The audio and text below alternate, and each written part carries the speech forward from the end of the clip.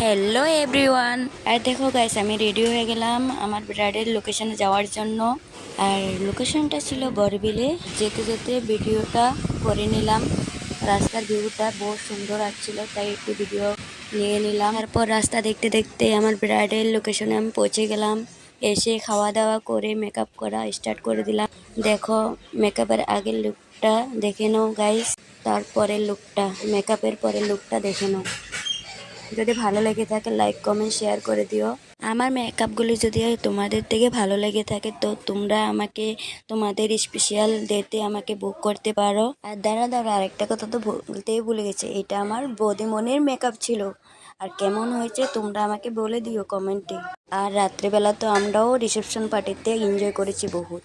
তারপর বৌদির সাথে দুটো ফটো নিয়ে নিলাম আমিও। তারপর ওদের ফটোশ্যুট চলছিল দাদা বৌদির। তো গাইস, এখানটাই আমার ভিডিওটা শেষ করলাম। তো আমার এই ভিডিওটা কিরকম লাগলো তো তোমরা কমেন্টে বলে দিও গাইস। এখানটাই bye bye.